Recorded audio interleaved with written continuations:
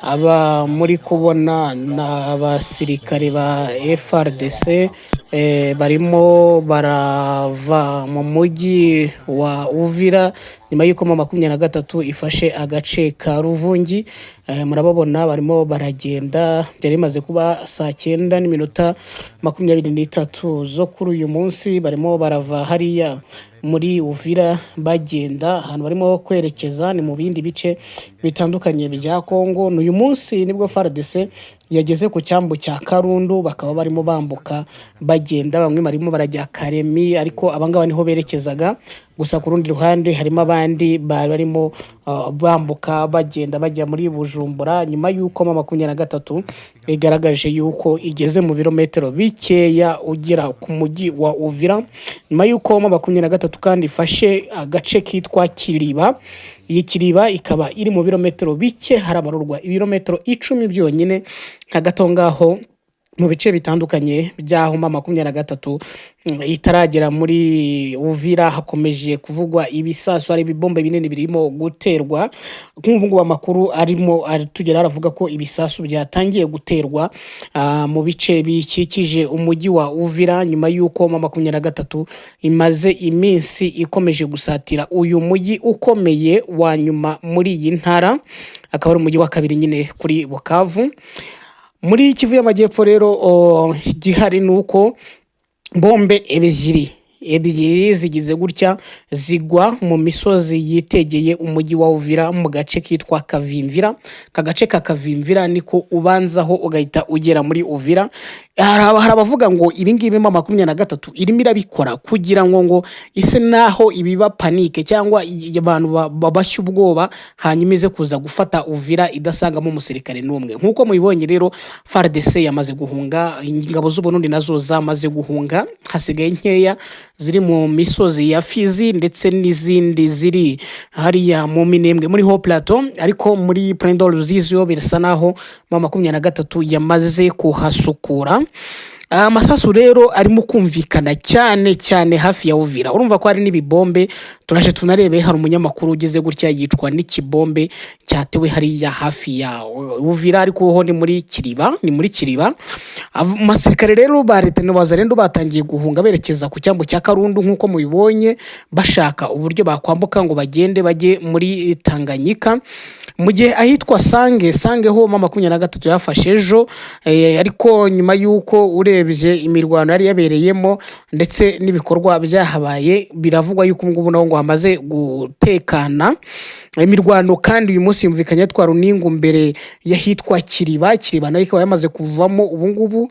Bityo rero igisirikare cya 23 kikaba gisigaje kudeklara yuko cyafashe Uvira cyangwa cyageze muri Uvira.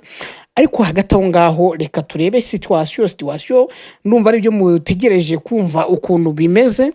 Hariya mu 23 ikomeje kwegera umujyi wa Uvira. Hariya amakuru agezweho kuri ubu ngubu avuga ko uyu mutwe ugeze mu birometero 10 gusa uvuye mu mujyi wa Uvira.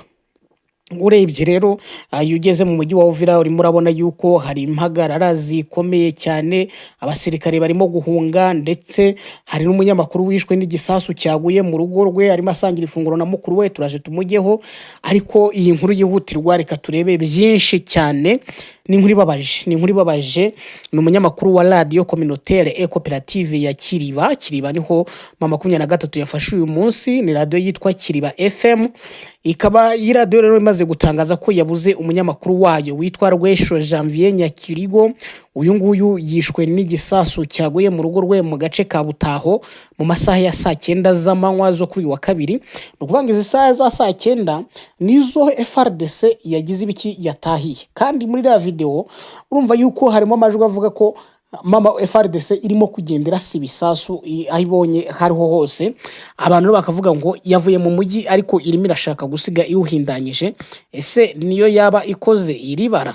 Dore ko Kiriba yafashwe uyu munsi aribwo bayivuyemo, bageze kuri kiriya cyambu cya Kirindu, barimo noneho barasubira inyuma barasa ibisasu biremereye muri buriya buryo, ku buryo abo bahitanye uyu munyamakuru cyangwa se n'igisasu cya 23.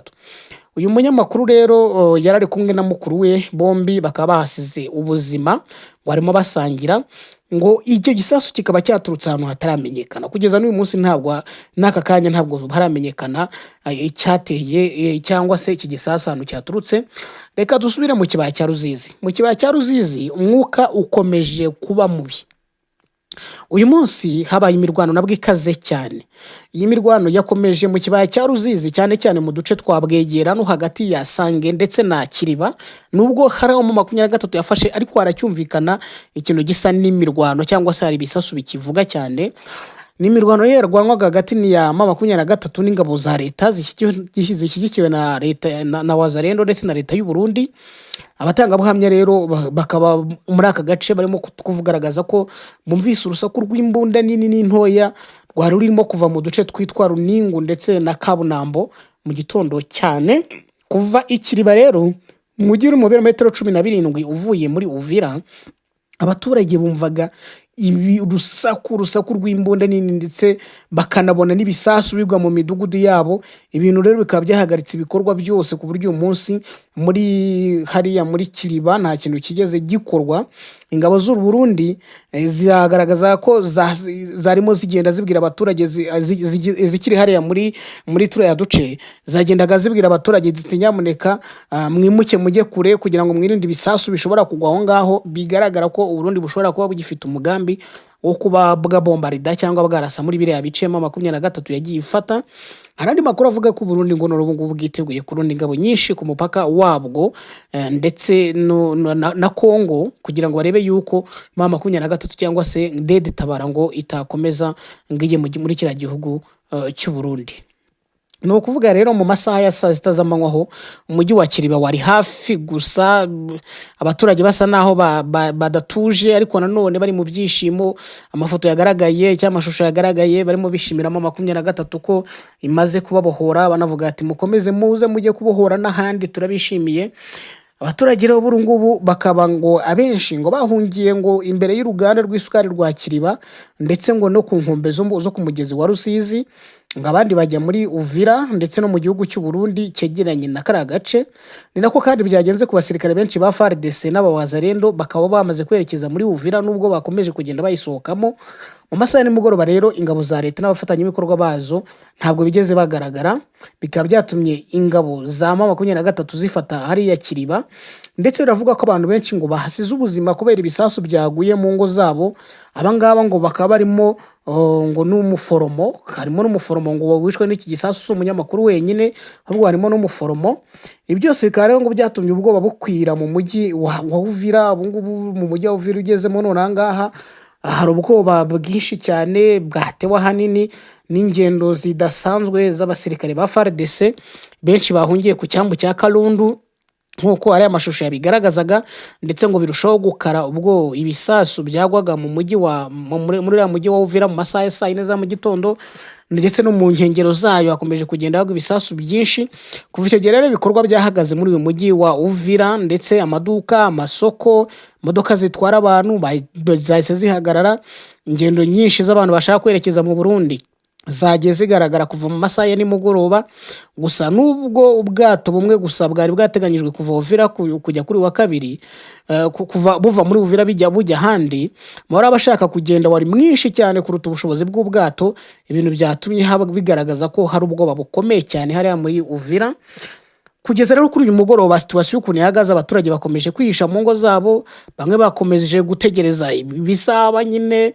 Hagati aho haravuga ibikorwa by'ubujura byakozwe n'abantu bitwaje intwaro babyungukiyemo muri izo panike zihari, babyungukiramo bakaba bagize uburyo basahura amaduka.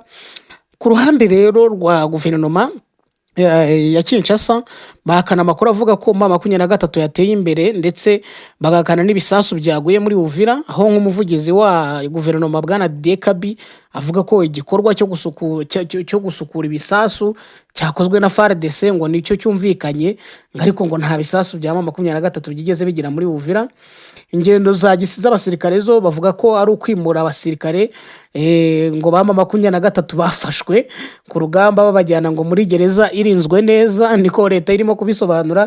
irimo iravuga ngo ibisasu byumvikanye muri Uvira ngo twarimo ngo tuzibura imbunda cyangwa twarimo tuzisukura, ngo hanyuma ngo umurongo w'abasirikare ngo mwabonye ngo ni abasirikare ngo twafatiye ku rugamba bama 23 ngo twari tubajyanye muri gereza, ngo gereza ngo irinzwe neza, niko babitangaza. Gusa ikibazo kirakomeje kandi kiracyakurikiranirwa hafi. Ubwo mu zindi nkuru zitaha turagenda tubagezaho uko situation igenda ihagaze, kuko nicyo twiyemeje tugomba kubabera hariya muri Uvira kugeza ku munota wa nyuma. Mukomeze mugire ibihe byiza.